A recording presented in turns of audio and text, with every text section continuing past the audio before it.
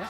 Oh, hello, and welcome to the set of the UK's biggest ever comedy tour, Lee Evans XL. Now, this record-breaking jaunt will be taking in 35 cities, during which Mr. Evans will be performing to a shade under 300,000 people, which is going to get him into the Guinness Book of Records. Now, as you can imagine, a tour like this takes quite a bit of work to get on the road. Over 2 miles of cable, a crew of over 100 professional workers, and this bloke, a dedicated sound crew. Any chance to turn this fucking thing on? A kitchen churning out over 3,000 meals, an opera singer, over 30 Elvises, and a white piano. But in the end, it comes down to just this man.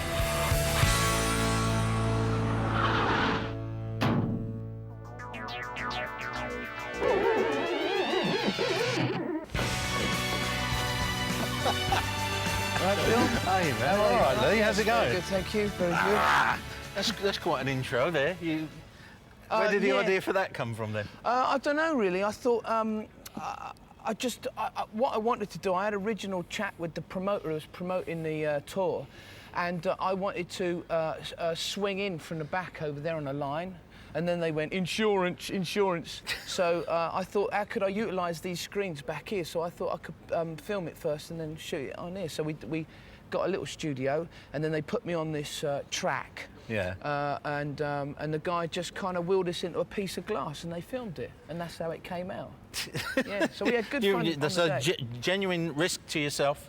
Actual glass. Yes. Yeah, no, we actually did. On the first take, he actually did it. He was slightly over enthusiastic with the trolley, I have to say, and I did sort of smash my face. In fact, if you look at that clip there, my lip's just about to go, I think. So an odd thing to be saying to someone, we've been working together for years, but to be doing a record-breaking UK tour and putting it all together, how's that been going? How do you prepare for a venture like this? I'm not sure. You don't prepare any other way than what I suppose what we've always done for a gig. It's always the same. You kind of look at your notes and then you're just a massive doubt about what you've written and go, how is this ever funny? And then you sort of really just step over the threshold. But I think what I have discovered in doing it was an experiment, really, because what I have discovered is it's a big room and it just becomes more fun. What can we expect from the new show then? What sort of treats have you got? Well, the only thing I can put into a show is what I see and what I hear and what I do. And most of the show is it's babble. It's complete babble. It doesn't mean anything at all. It's just my take on life, what I've been doing for the last 3 years. And I don't know about you, but I hate gymnasiums. You go down the gym and everything's simulated. You know, they've got these machines. You stand on this one, you go, there's one, what the fuck's that? What's that? It's like your dad dancing at a wedding, you know?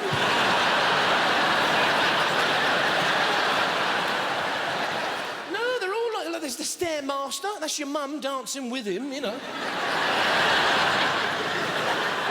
They always want you up. They always want you on the fucking dance floor. Your nan's the worst. Your nan's always trying to pair you off with the big bridesmaid. You ever dance with her? It's like shifting a friggin' wardrobe, isn't it?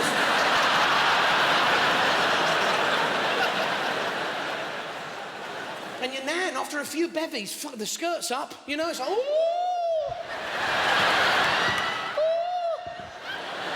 Ooh! Ooh! Waft. You know, that's...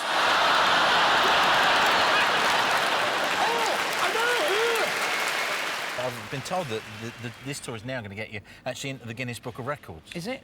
Yeah. Is that right? Yeah. Yeah. You're a record breaker. Yeah. What for? Because Running the about? Manchester gig, 12,000 people. It's the UK's biggest ever comedy show. All right. Well, thanks, for one guy. I mean, I suppose that's an achievement, isn't it, in itself? I suppose in our house. I mean, how's that feel? You know. Well, I don't know. It doesn't really do much, I suppose. Do you have to make yourself not think about the statistics? Because when you're dealing with numbers of that nature, you know, your 12,000s and things, is it best to keep that out of your mind? I can't go up my arse about something like that. It's what's important is the audience that turn up and having some fun with them. If you get into statistics and you're like, yes, I don't know if you realise I'm in the Guinness Book of Records. I think that's just that's too serious, isn't it? It's taking it way too serious, I think. Yeah. And it's not that serious. Well, listen, if it's all right with you, mate, what I thought we'd do is we've got your big TV here. Yeah, the Cutler Plasma. I've been down to Dixon's. I brought a DVD of the 1980 Cup final, West Ham. I thought yeah, let's have a look. Yeah, I fancy well, I watching. thought we'd look at some of your bits and bobs that you've done and kind of natter a bit about stand-up and that, if that's all right with you. All right, yeah, okay, but we'll Phil. start with the current stuff. Let's have a little bit of a look at some clips from the XL Tour itself. This is Lee in action. My Lord. And a sign in the lift, in the event of being trapped, call this number. It doesn't say trap where, though. You could just ring up and go, hello, I'm a woman trapped in a man's body. Get me out! You can't get lost now. They have this satellite navigational system in cars. Yeah. We just got rid of our wives, giving us all the wrong directions, and they've replaced it with another fucking woman. But it's different, because it has that sexy voice on there. It kind of goes like that. Turn left. Fucking right, look. Straight up. Oh! It's different. Because they know that's how you get a bloke to do anything. Ladies, you should try it with him at home. It fucking works. Just walk in the kitchen and go, the rubbish wants taking out.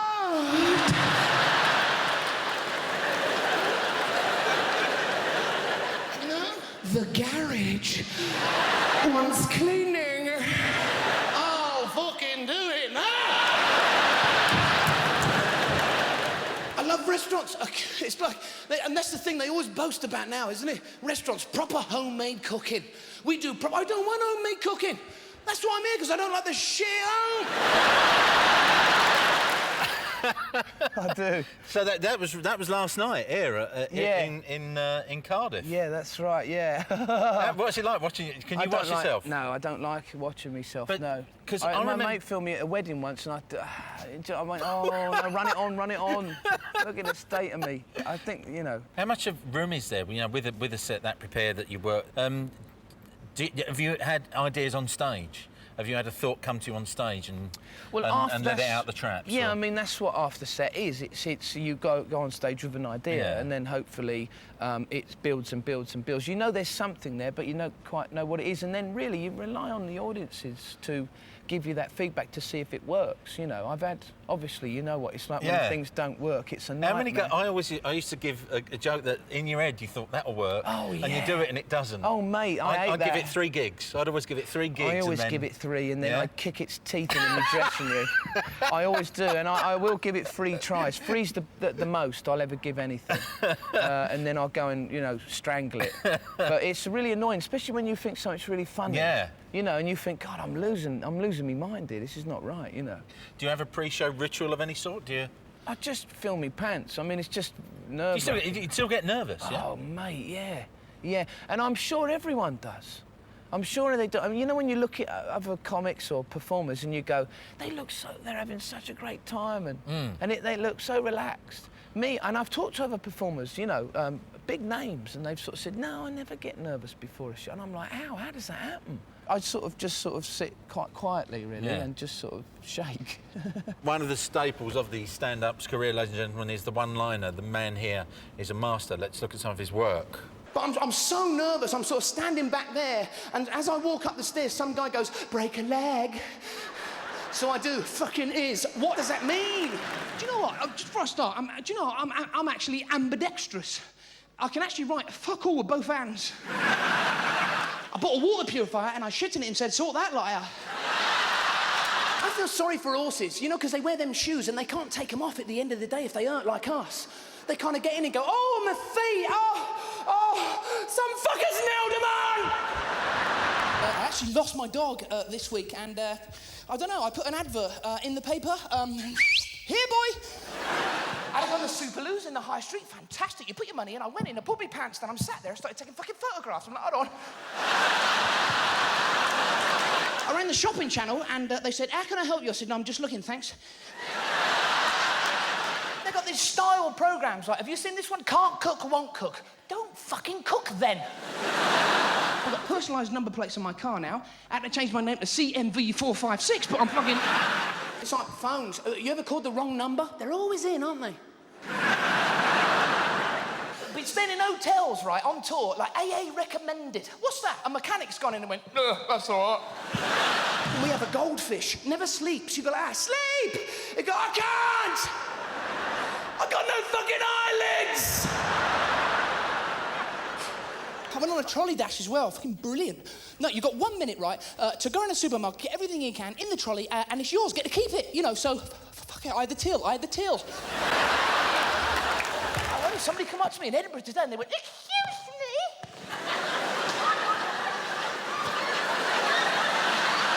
Can you tell me where the station is, please? I said, yes, officer, if you just... But there's something pure about a one-liner. There's a... Because it's so simple... I always think, once I've got a couple of hours written, those are the fun bits. I like to write them in the car. The first one I ever wrote like those. It was two fat blokes walking to a pub. It was me and my dad. We had a great night. What? Yeah, what's your problem? That's the only, I think it's possibly the only one I ever wrote. That's perfect. No, because I just like, because that's the bit, the ones I like to do. We're going to talk now. I mean, I've got some clips to put together here. And having seen the warm-up gigs in Southend, you often wonder, will Lee have slowed down at all? But if anything, you appear to be picking up pace. The physicality of the show is quite extraordinary. If we may, let's look at some clips of Mr. Lee Evans' Action Man.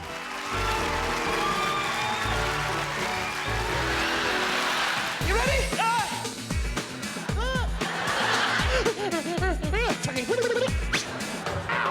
So where you from? Out of the way! Easy, Tiger! Come on! Still dogging on the weekends, are we, sir?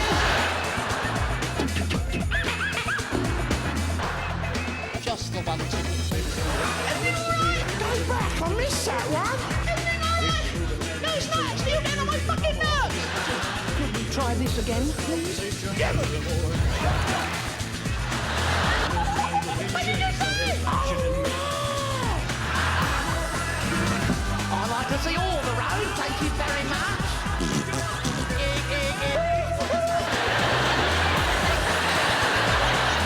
Move along, please. There's nothing to see. I love you! I know I am ugly. Does my arse look big in this box? You sad swat. Run, monkey boy. What can I do for you?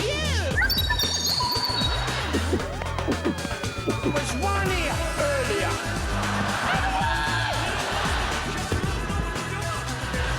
There's a nutter. I told you yesterday. Don't worry, you're in safe hands with me. The thing is that with a lot of comics, you look at them and then you go, right, well, he's obviously, he admires, I don't know, you'd say like Steve Martin, or you go, oh, there's a bit of Bill X in there or something. But with you, and I've watched over all the DVDs of the various shows, and if there's anything you remind me of, it's Tex Avery and Chuck Jones. It's cartoons. There's something. It's almost like moments in Tom and Jerry. There's like no other performer. The physicality to it.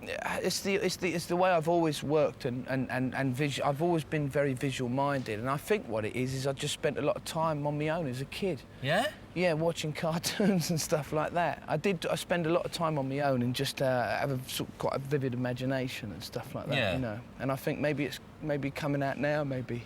Were you sort of arty as a kid? You say with the, lost in your own head and things. You sort of always sketching and doodling and creating. Yeah. What brought me out, and it didn't, because we was quite in our family. It was all you had to be strong and hard, and my dad sent us to boxing, and you had to be a man's man and all this sort of stuff.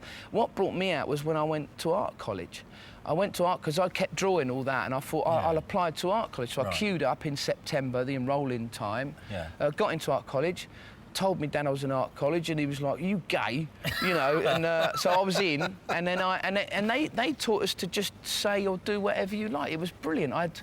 My head tutor was a guy called Tom Oliver. Went to college with John Lennon. Yeah. And he had these stories about John Lennon, and I thought it was just amazing stories. And I used to sit there and go, "Tell me something else about John Lennon," And that's when I just sort of focused on people that you're allowed to just say and do whatever you like, and it just brought me out. I started wearing odd socks and weird clothing.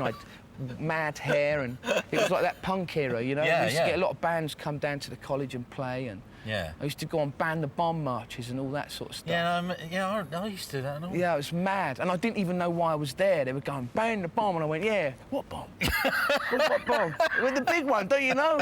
The big one? Is there a big one?"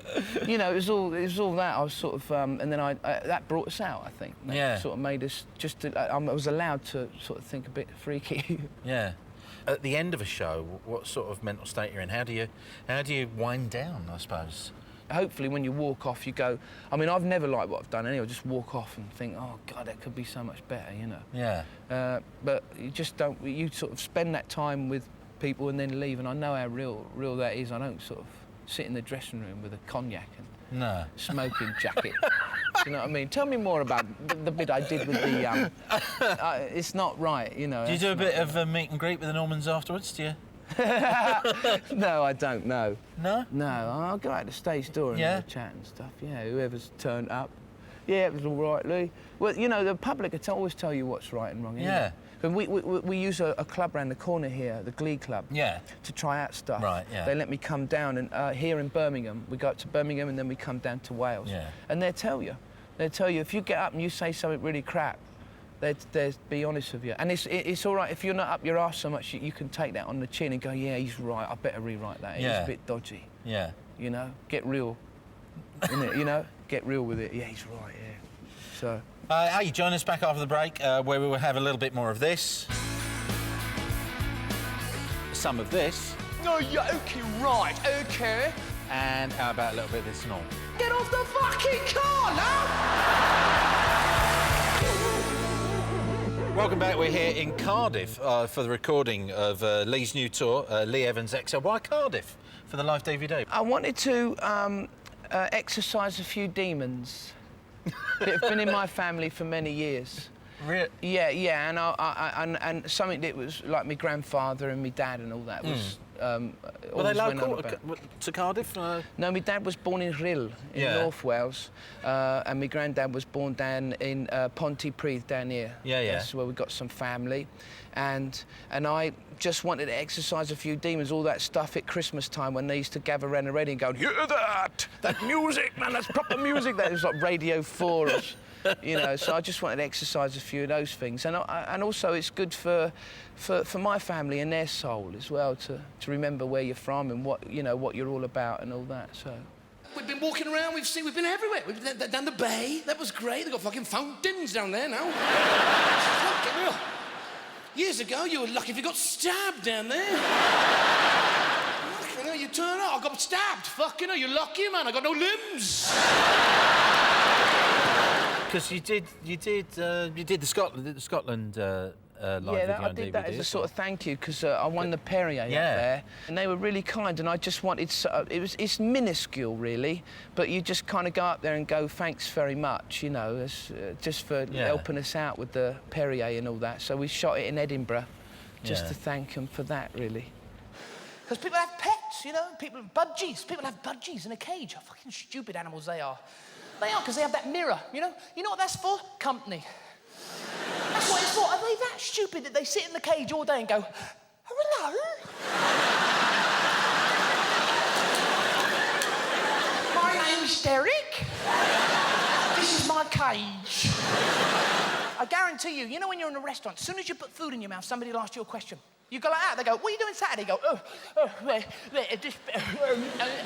know what you should do? Go like that. What did you say? Have you seen people get on escalators? They kind of, I don't know, they kind of choose a stair. They're standing at the bottom and go, not that one, not that one. That one. I thought I was going to be crushed. And when they get off, they panic. They go, fuck off. Edinburgh's always been, it seems, a place where you really kind of... I like it up there. Good. It's always a place. There's certain places I like in the country where the people, they're just down to earth and they don't mind to sit there and have a bit of a laugh. Yeah. It's just I like them sort of places, you know, like Liverpool, Manchester, Glasgow, Edinburgh, Cardiff. You know, these like London, these, you know, where the workers turn up and they have a bit of a laugh. Yeah. I like that. I mean, the show. How long's the show? Because you start about 8 o'clock in the evening, don't you? Yeah. On stage. You finish 2.5 hours. 2.5 hours. Yeah, something like that. Yeah. I mean, when you think, you know, right, I should be thinking about a new tour. Obviously, that 2 hours must stretch out in front of you. You've got to. How do you think about how you're going to fill that? Yeah, there is a point where you ain't got any time to write anything, but you've got an idea. I'll always try something out. Tried a little bit of stuff out last night. Yeah. It didn't go too well, but we'll move on. But no, and I'll always try something. I'll always keep trying because I always like to keep coming up with new stuff. One of the things about you as a stand-up, I think more so than other people, is you deal in incredibly personal ideas. It's quite intimate stand-up in an odd sort of way. Yeah, it's honest, I suppose. Yeah. Yeah, it is. I mean, my wife has had a go at me a lot of times for that. You know, why tell him that? Why tell people that? And I go, well, that's what you do. And she's like, well, I don't want them to know what I do, you know. And I'm like, well, why not? That's what my job is. That's the thing when you're on holiday as well. Your wife always says the same thing. Try and enjoy yourself. Try and enjoy yourself. How do you try and enjoy yourself? What's that? And they're always checking, are you enjoying yourself? Yeah. Are you enjoying yourself? Yeah. Yes! You don't look like you're enjoying yourself. I don't know how that looks. I'm looking in the brochure at the bloke in the brochure. I'm in the restaurant. Out by the fucking pool. The thing is, if you start enjoying yourself, your wife is the first one to come up to you and go, all right, fucking calm down. Twat. You know? Do you remember the first time you kind of dealt in that area, you know, about men and women and relationships and the broader differences between the sexes? Did you realise you're onto... It's a recurrent theme in your work. It is now because I've been married for 21 years, and that's why. I can only talk about what I know. Yeah. You know, when we was at the Comedy Store, and Margaret Thatcher was in power, wasn't she? Yeah. And the entertainment business was changing. You know, we had black comics come along and gay ones and all this, and then we was all talking about that. And another thing, you know, we was fucking shouting our head off down the Comedy Store. But then you get married, then you get a mortgage, and then you've got kids, and then that's what you start to talk about. You can only talk about what you know. And if you don't lie, then that's fine. The audiences will go, hopefully, with you, you know, and they go, oh, I understand, yeah. I've seen that bloke before, I know what he's talking about. Advertisers know how we tick. Men, you always see a car magazine. On the front of that is a car. On top of that is a woman in a swimsuit. And do you know what men think? They go, if I buy that car, I reckon I'll get myself the woman. What if you did get the woman? Now it's your wife. Would you let your wife do that? Get off the fucking car, love! So the worst thing a girl can say to you is, come and meet my parents, right? Because it's not really you. It's not really the bloke, because you go around and visit them, right, and you put an act on. It's like, hello. Piece of cake? Yes, please. It's great. Like, blokes, you know what it's like when you meet a girl. All your emotions are like sky high. And your girlfriend had just dribbled toothpaste down there, and you go, oh. So sexy. Once you get married, after a couple of years, your wife had just dribbled toothpaste down there and you go, But you don't say anything. Then after a couple of more years, you go, love. Fucking toothpaste dribbling. Again. And you haven't said anything to her in a year, you know, and you're determined to be romantic. And inside your head is like, how can I compare thee to a summer's day? But what comes out is like, And if there's ever a third world war, they should line a load of pregnant women along the front. I'm serious, right? All the troops will come over like that. They go, all these women go, fuck off. You know what it's like when your wife talks to you, do you know what I mean? You never listen. All you see is their mouth going, You're watching the telly, you go, yeah, what? Yeah, I'm watching the fucking telly, what? Yeah.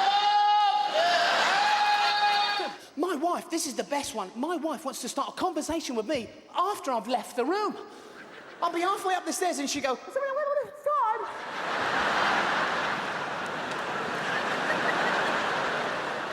Sorry, love, I've just fucking been down there.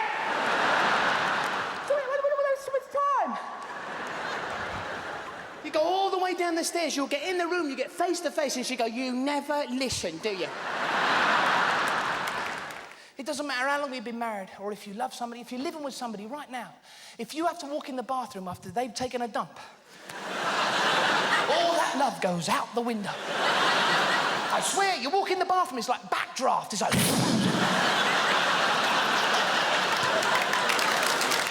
Women know every angle. It's like the late night argument on the way home from a club. It's 3 in the morning, because what happens is men end up walking twice the distance home. Because they always speed up if they have an argument in the street. They go like, fucking come on! So what do women do? They slow down. No. I've got my own pace, thank you very much. Touches a raw nerve at home, that one. Well, exactly, yeah. If you've ever broken down in the rain with your missus, you'll know what I mean by that. They're just not good. It's not good to be together at that point.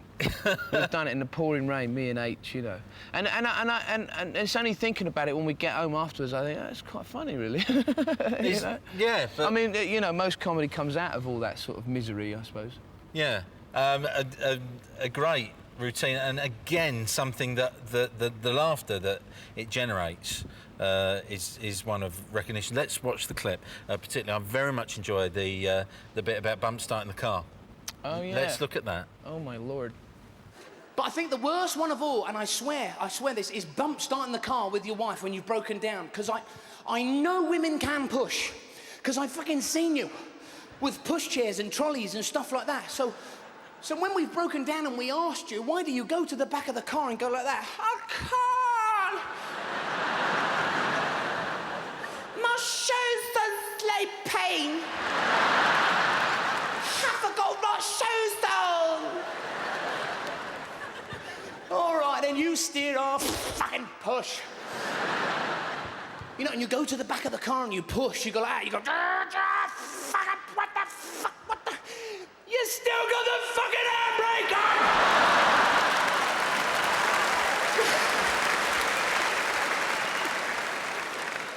Well, you left it like that. Anyway, I thought it was an air freshener.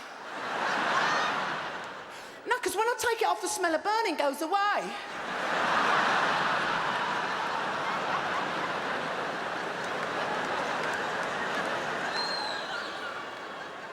Just drive the fucking car up. You know, and you go to the back, and you know when you get it rolling, that's the best bit. You kind of go, yeah, yeah, yeah, yeah. Now, love, now. They don't know what now means. Because we never run them past the bump start procedure. She's in the car like that, yeah.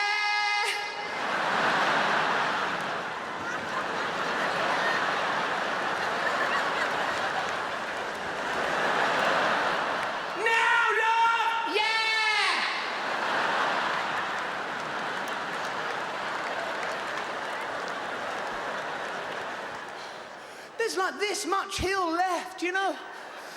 Now, you cow! She's lit a fag, right? She's got the radio on, she's got the window on, she's pulled into the fucking fast lane. She thinks I'm pushing her home. Isn't he lovely? Isn't he gorgeous? Come on, monkey boy! Chubby-chee!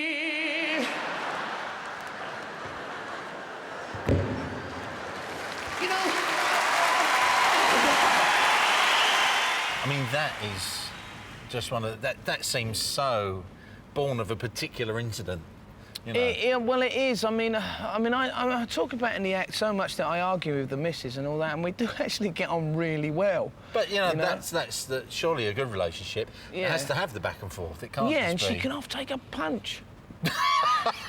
She just bounces right off of her like that. If she heard me talking, she'd kill me. But no, I mean, we've had loads of instances like that because we've been together for so long, you know, since we were very young.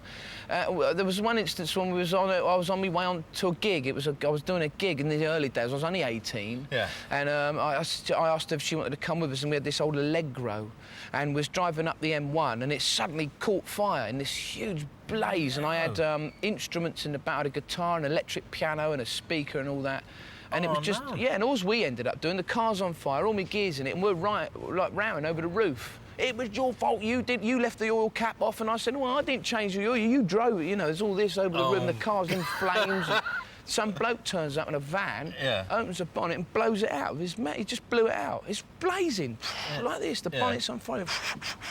Blew it out, and we went, don't you... How the hell did he do that? You know, but we have I suppose, like, a lot of it is based on something like that, and then you would kind of build on it and then, you know, hopefully make it a bit funnier, I suppose. And again, a good thing, like, you know, your observations about, you know, broad relationships, you know, people, men and women, the annoyances of life. This is another thing that is an incredible springboard for someone like yourself, you know.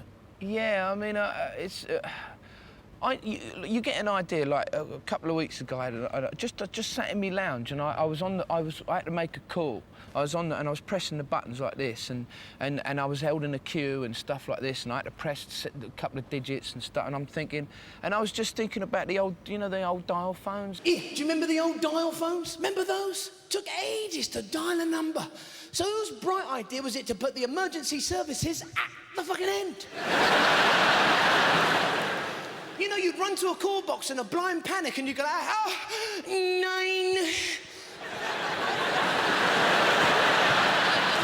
9.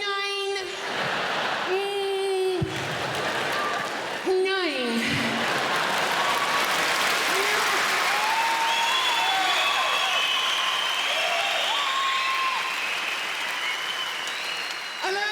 No, he's dead. Join me after the break for more conversation with Mr. Lee Evans, where you'll get a generous portion of this, a side order of that,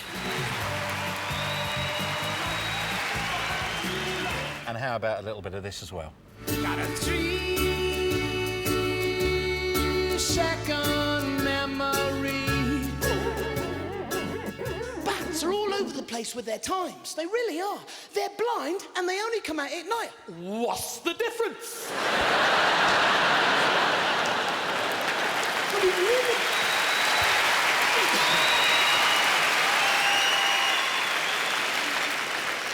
They're blind and they only come out at night. Well, they're just making it more difficult for themselves. And they hang upside down. Do you think they know they're upside down? You're upside down. Am I?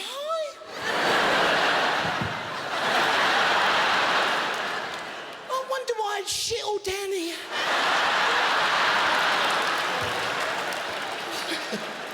So sorry. There's people going, I'm fucking leaving now, that's disgusting. Back to the really early days. I mean, were you funny at school? Which is weird, me asking this, because it's the one question when I get in interviews. Oh, do they ask you that? And what were you the funny kid at school to deflect the bullies? And I was like, no, I was really quiet. Really quiet. Yeah, yeah. I was good at voices, and they used to harness that. That was the one thing. I was a bit with accents and things. Oh, and is that what got you through? We did a school play, but the songs from Oliver, and I compared it, but I had to be like a chimney sweep. And you could see other parents looking, you never get that up a chimney, look at it. Size of him. Yeah. Well, that's the funny bit I'm doing, ladies and gentlemen. Yeah, no, I mean, they say that, don't they? I mean, I used to do a joke about that. What was it? It was, you know, they say you do a bit of comedy to get you through school and all that, and I used to just go around beating up all the idiots. You were the bully. That was it. And nicking their material. Just, tell me something funny. No, I didn't. No, I was very shy and quite idiotic at school, so I never did any of that, really. With it, you know, the business been in your family. What was it? Was it your granddad as well? Was he? No, my granddad used to just get up in the pub and sing now and again. He really enjoyed his voice. He had a really good voice, and he looked the image of Frank Sinatra. No. Exactly like him, yeah, when he was younger. Not when he was old, like, when he was big, Yeah. you know. But, yeah, and he was a real strong guy. I love my granddad, he's brilliant. But what, Mange man. What your dad went into the business? Why? Where did that come from? Was that just a... I don't know, but my father's got this amazing ability just to do anything. I don't know where he gets it from. It just must be in his genes or something. But I've seen him get a tune out of a chair once. He's Get just unbelievable. He can pick a chair up and just get a tune out of it, not just by smashing it over your head, you know, not a rhythmic one. Big but, finish. Yeah, and for more big finish. Yeah, he really is. He's just a genius. And when I was a kid, he was my hero because we used to travel around with him and he'd perform. And seeing your dad on the stage, you know, in lights, and it was like it's unbelievable to watch. Unbelievable. When were the first sort of glimmerings of stand-up as an idea? You know, first coming to your head? When did you first consider it as an option for something you could do, you know, I think the way it did is when I was at art college, I joined the band. The band were absolutely crap. I mean, they were mad. Our lead singer was mad. He'd always start a fight when we had a gig, and, you know, he was, like, mental. And I used to play the drums, and people used to say, who's the idiot on the drums? He's just like an idiot. And I used to have big fuzzy hair, odd clothing, and huge ears sticking out the side of the fuzzy, and they go, who's the mad geezer on the drums? And I never said a word, you know, just pack my drums away and go away, and it was always that. So I always got a few kind of, who's the idiot on the drums? Yeah. And then after the band sort of split up because they were crap, I sort of thought, well, I can play a couple of instruments and all that. So I went out and started doing that at night. It was a natural progression because it was something we'd always done in our house. If I wasn't doing this now, I'd be playing instruments in the house or doing something like that, I think, because it was just something we did. Can you remember your first sort of proper gig where you said, oh, I'm going to go and... I think... Well, I mean, I've done a number of clubs, working men's clubs, but I think the moment I sort of really thought I enjoyed it was when I did the Comedy Store, I think. One night, I went to do the Comedy Store because I'd been writing my own material doing working men's clubs, and it was just dying so badly, which I can't blame the people because it was crap, you know. Yeah. It was really bad. It was observational crap. You ever walk down the road and like trip over? It's really like funny, isn't it? You know, in a working men's club. You know what? You know, it's all that kind. Buy him off. Yeah, kill him, and fair play. I was told once that someone threw a fire extinguisher at you on stage. Is that true? Yeah, in Brighton, yeah. Yeah. A bigger, not one of them. Yeah, that was really alternative. Yeah. No, not one of them ones. You know, the ones in the rally cars. No, the full on. Bang! Just hit me on the head. No. Yeah, well, I wouldn't mind. I never said anything. I haven't even said anything yet. So they didn't know what it was like. But that is in the early days. It was harsh, but it was alternative. You know, harsh. I was a subliminal act. Just there's a title for a Out. DVD, harsh but alternative. Yeah, there you go. Yeah, but that's all right. I learnt something that night. So. And another thing I didn't know about you was going to America when you were still a teenager to try and create, which is that's a bold move. Bold, but. Mate, I must have made sense. Were you married at that point? Cause you.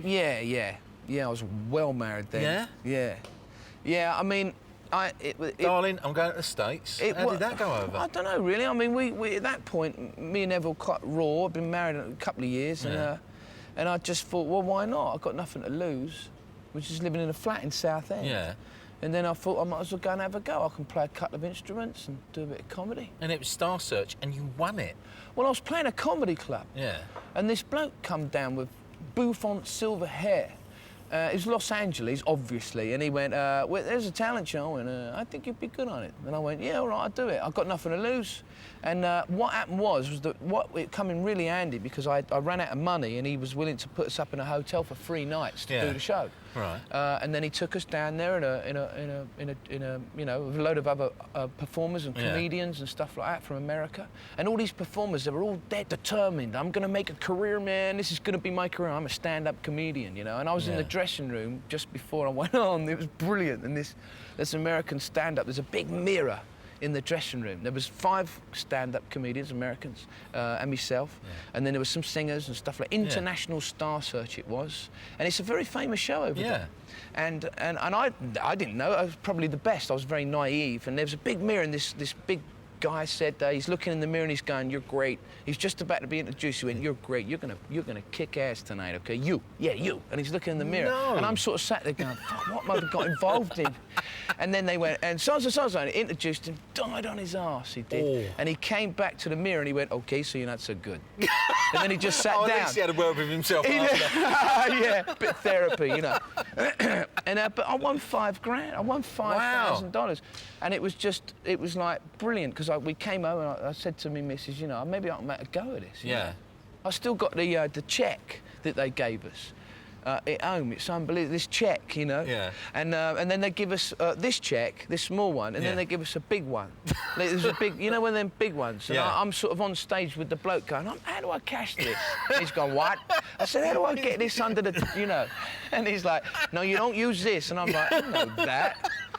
Americans, no sense of irony. "How do I get this under the till?" "You don't use this." In the early days, who were the comics you admired? You know, when you started. I liked Steve Martin, Robin Williams. Did you see Steve Martin when he was on Parkinson? No, I I've missed asked people this. It's the first time I'd ever seen him, and that have I seen that was it? a real. One of the first things he does is he does 10 minutes of his stand-up, and then he sits down, he leans over, and he cuts Parkinson's tie Oh, you off see, that's brilliant. with a pair of scissors. And all I remember is Parkinson looking really pissed off and going, "Mary bought me that." Yeah, exactly. That's probably what he'd say. Yeah, very bought me that. Robin Williams, of course. You know, there's a similar, probably the only other stand-up who I've seen put as much physical effort into it as you, really. Yeah, I liked it because I liked this visual thing. He used But to you go, know, the man was full of cocaine. Yeah. Yours Well, who's is to a say natural. I'm not on 4 lines of coconut, you know? No, but I liked it. I liked Robin Williams because he was very physical-minded, you know, and that's why I liked it. And Steve Martin and Sam Kenniston is one of my favourites. Yeah. I like something with a bit of bollocks to it. Yeah. You know, where you've got no gaps and it's all kind of babba, babba, babba, and that's what Sam Kenniston had, that soul for me. Yeah. You know, when you see... I remember in the early days in the Comedy Store, you'd sit there and you knew someone was, like, having a go because they'd get up and you'd see them really fucking go for it. Yeah. And you think, that guy there's brilliant. Because You you can tell, can but see it. it's more you could tell when people didn't mean it. Yeah. That was- Yeah, like someone get up and go, "How about unemployment? Terrible, isn't it?" And you go, "Hold on a minute." Talking about sort of performing in general, it's been such an amazing few years for you. There was the whole experience of being in the producers in the West End, which must have been amazing because It's interesting, yeah, it was interesting. yeah. How did that come about? I only wanted to work, I mean, I just wanted to work with Mel Brooks, because he's a Who massive wouldn't, hero. man? Yeah, and you Yeah, can yeah. never, when you sat down with him talking, you can't get all what you want to say to him. You go, "Oh, in Blazing Saddles, right?" You know that, because he'd just go, "Look, get away from me." But it was really good fun and an inspiration to work with. Yeah. And everything that you wanted him to be. I mean, he just was everything. Because the Producers is a brilliant film. Yeah. It's like if you've got a collection of films, it's right up there with number 3, you know. And then when Nathan, who's an old mate of mine who was in the show in New York, sort of phoned us up and said, "It's coming. You want to do it or what?" You know. And I sort of thought, yeah, okay. And Nathan's a truck. If you ever get on stage with somebody and once you're on stage, he'll come at you like a truck, and you've got to prepare yourself for that. And I don't mind that. I quite like that. Yeah. I like a truck coming at us.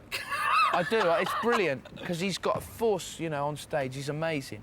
And of course, before that, which is from my point of view, which has even seemed to me a more terrifying prospect than the Producers, you did Beckett's Endgame with Gambon, with Michael Gambon. That's right. Yeah, he was very similar to Mel Brooks, actually, a bit mad. And he's got that same sort of personality. I love that personality because it's something I'm never going to be. Yeah. They've got that kind of rebellious kind of thing going on. Michael's... I've only worked with 3 people who's very similar to Michael Gambon, and who's funny, and yet they take their work so seriously, and that's Oliver Reed, who was very similar. Yeah. Very... he would play and have some fun, and then, but when it came to work, he was brilliant. And Christopher Walken was the same. The crew. Same the bloke. people that the crew love, aren't they? And they love them, and they're a bit mad, and you don't know where you are with them, and I love that. Was Walken not scary? He was scary, but not. Yeah? Because he knows what he is, you know, and I love that. And Mel Brooks is that. You go, he's going to have a go at me, and then he wouldn't. One night we was in rehearsals, and we was rehearsing, and Mel used to sit right up in the top balcony, and he went, "Stop, stop, stop. And everyone stopped, the band went dun, dun, dun, like this. Yeah. And he come all the way down, he's going, Jesus Christ, I don't believe, and he's coming up the aisle like this, he's got on the stage, and he just come up to me and he whispered in my ear, he went, are you gay? And I went, no, I'm not gay. And he went, you look gay. I said, it's because I'm dancing. He went, your dad's really gay. And no one knows. Everyone else in rehearsals is going, what's he's getting? He's having a go at him. I think he's having a go.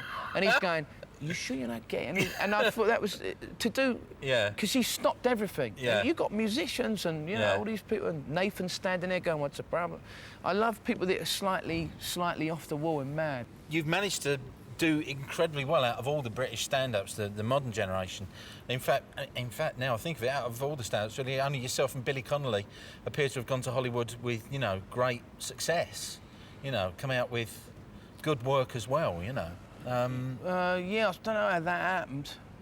You know, I don't know how that happened. I'm not an actor. I don't want to be an actor. I'm a stand-up, or I'm trying to be a stand-up. That's what I do. But these things just get in the way. Like the Farrelly brothers, we writ that part in a bar.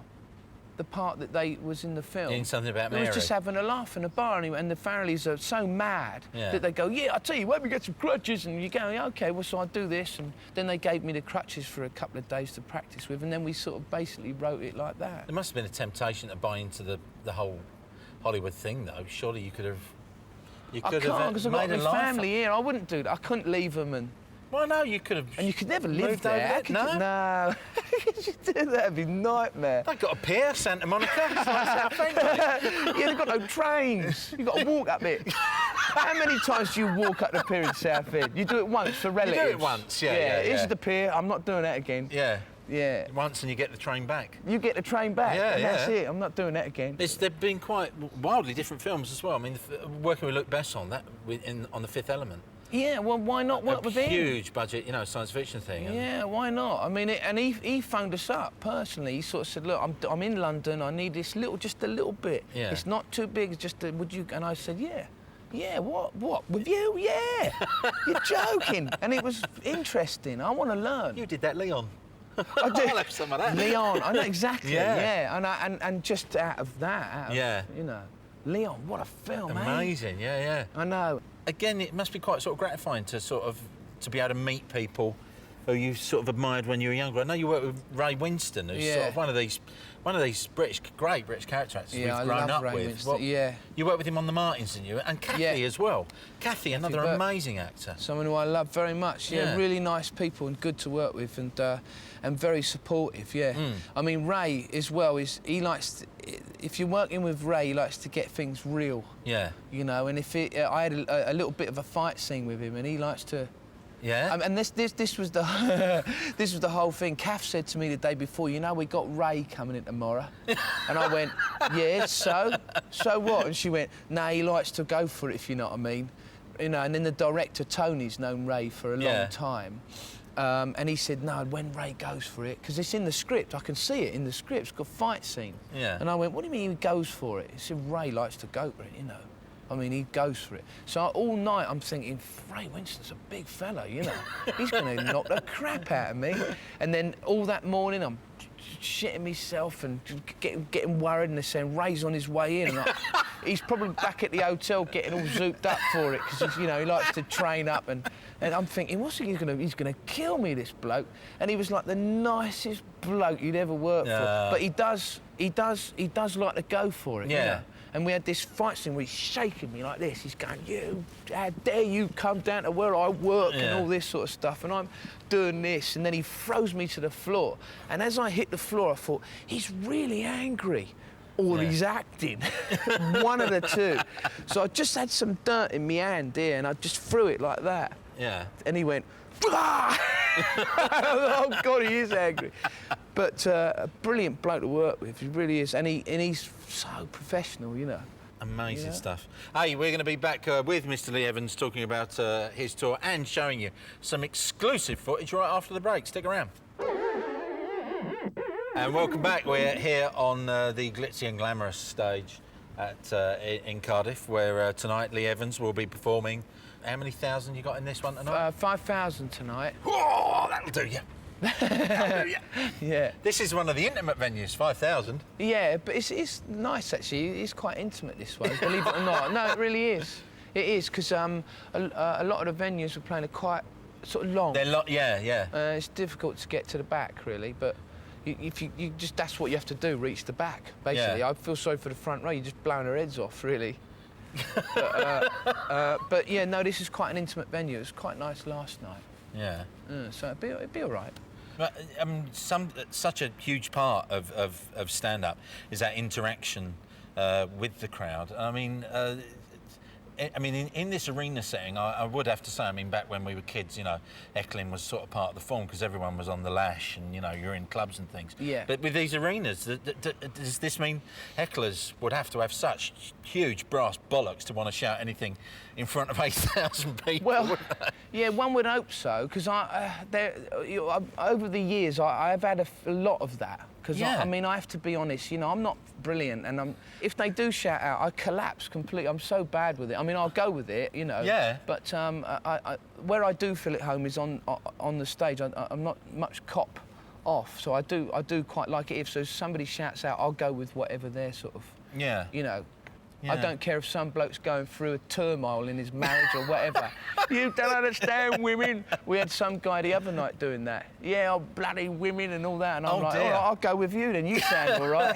Right, mate. You've got 11,000 people looking at you. What do you want? You know, and he's like... You know. Yeah. And also, you want to have fun. Yeah. It's about having fun. A comedy gig it's all right, but it's nice if you come along and just have some fun for 2.5 hours. Do you know what I mean? It's not meant to be painful. No, it's not like therapy or nothing. It's just a laugh. Yeah.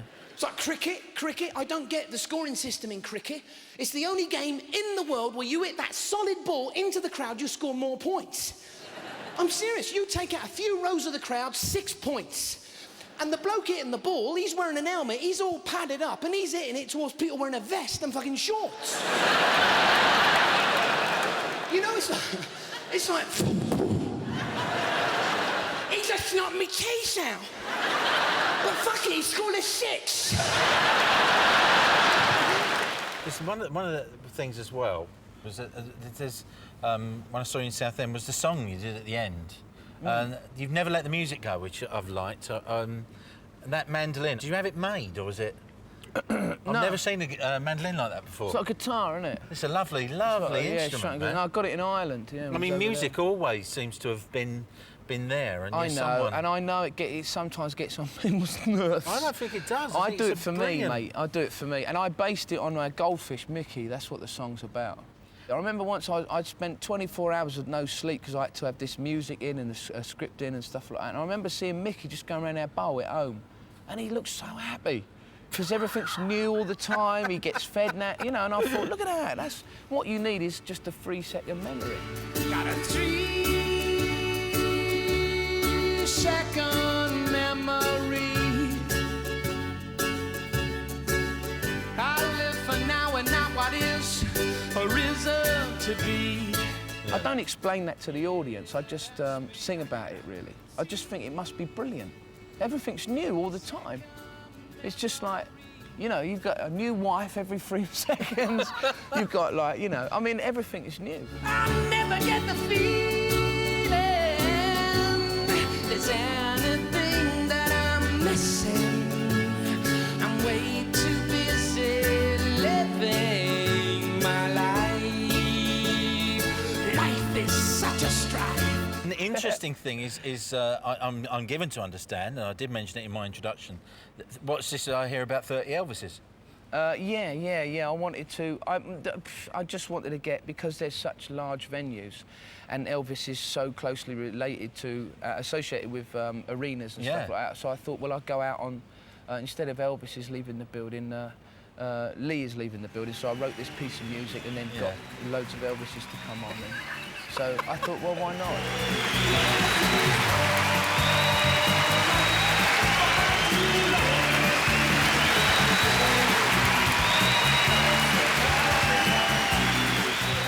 And of course, the opera singer in Wales, an ideal place to bring an opera singer on. Yeah, it's just me youth. That's what I grew up with. My grandfather is through and through Welsh, and my father's Welsh, and it was always a case of you had to have a voice, and you had to play rugby, and you had to box, and all this sort of stuff. And I suppose really I'm just exercising a few demons by getting a. Do you know what I mean? By getting an opera singer on and doing a bit of singing, and it's always been in our family, that very that element of Wales, and you know what I mean. It's always been in our house.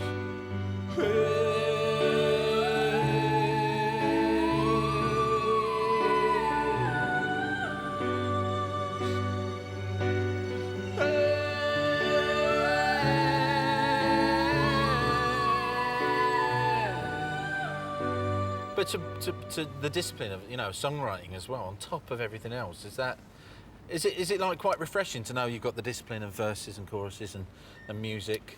That's something I like doing. Yeah. You know, so I just put that in at the end. You know, I mean, That's the bit of the show for you. That's for me, and I know. Oh dear, no, it sounds terrible, doesn't it? But I do like to play a bit of music. I know that's for me, folks. Oh dear, yeah. But and particularly the Lee Evans trio thing with the spotlights that you did. That must have taken a long while to it took put me ages. together, man. That was a nightmare.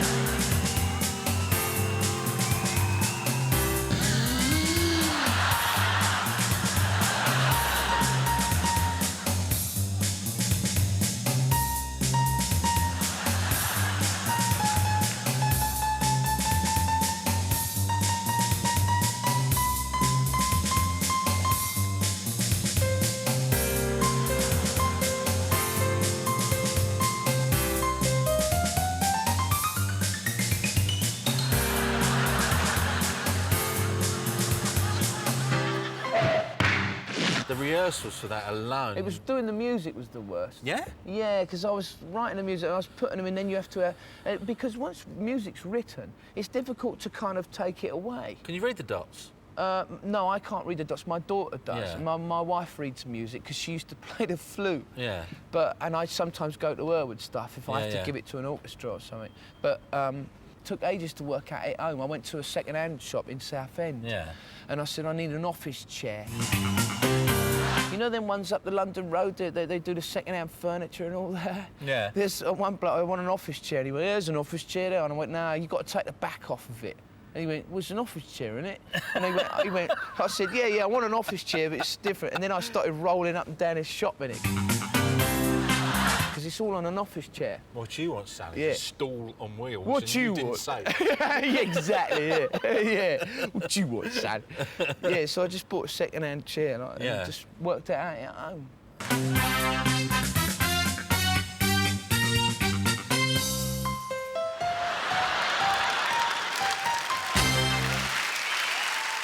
What are you going to be like at the end of the tour, do you think? I feel I flag out for a couple of days and then I can't sit around the house doing nothing. I know I'm going to have a row with the missus because she's going to go, well, do something. You know, it's nice to know that it's a row you can both prepare for. Maybe even now Heather's compiling notes and I think I mentioned that about him. Yeah. Oh, and that. Yeah, she builds the ammo up, mate. I'm telling you, I can't sit around the house. Yeah. Phil, you can sit around the house and do like she says stuff like take a week out, and like take a week out where? Do what? You know? Like a fucking buffalo, I can sit around the house, my friend. Can you, do you? Oh, with the best of them. Oh yeah, well that's nice to do, I think. I have no problem with the not working thing. Yeah. Well, you know what? That's a good thing, I think, to Yeah. relax and, you know. I find it difficult to do that. So are you thinking about what's the next job going to be? What's the next gig? You know, how do you? I wrote this script, this film script, which is really beautiful, and it looks beautiful and it makes you cry and stuff. And I thought I'm going to really get back into that and see if I can sort that out. Another new thing.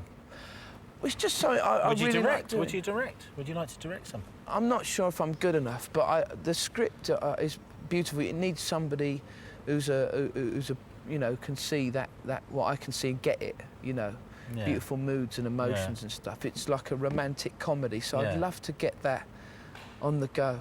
So it's really beautiful. Yeah. So hopefully, I don't know. Who knows? You never Yeah. know, do you? Just You go. know with what's what- around the corner with you, don't you?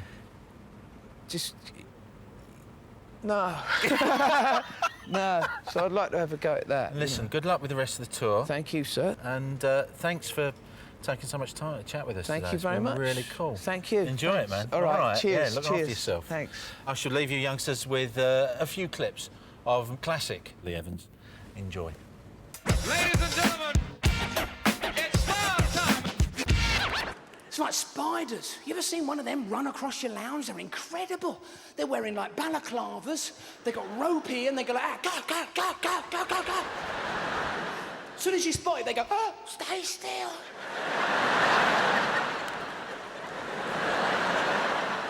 He cannot see me. They got this whole series of programs as well on now. Like, have you seen this one, Changing Rooms, with Carol Smiley? She comes on and she goes, "We will change your house." You know? And this snotty-nosed twat comes in. He goes, "No, yeah, okay, right, okay. MDF, everything, just fucking MDF." Fucking MDF.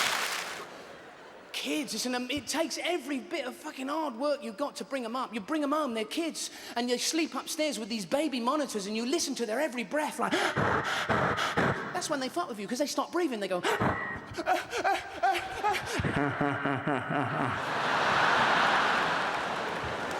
Oh, man, never take your wife to try on some shoes. Fucking nightmare. There's sand in the shop and go out. Walk up in jail!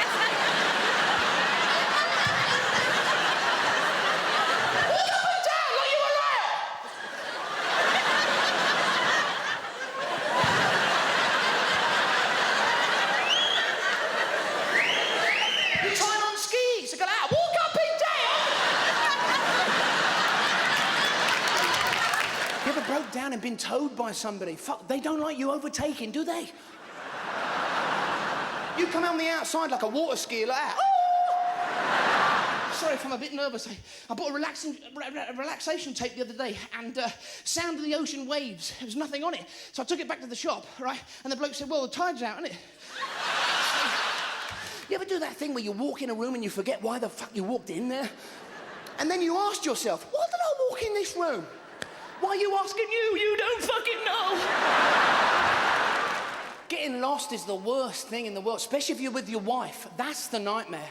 You know, if you get lost with your wife, you know it's going to turn into a nightmare. You know, because you know when you hand your wife the map, you think she's going to turn into the Lombard Rally. You know, put a helmet on, some goggles and go like, go, left, right, straight ahead.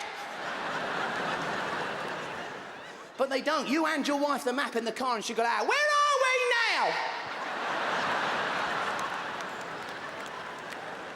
That's why I give you the fucking map! All right. You guys lost? Christopher fucking Columbus? This is why we should have more women in government, or at least in charge of our armed forces. No fucker would attack us. Anyone that bombs us, they just walk off of that strop. Okay, fuck you. They'd be on their knees in half an hour going, okay, we're sorry. No, it's too late now, isn't it? I love the MOT garage. They've always got a calendar on the wall of a half-naked woman straddling some tyres like that. What's the point? What if that actually happened? The bloke would go, excuse me, love, could you fuck off? These Pirellis have got to go on this Cortina. And put some fucking clothes on.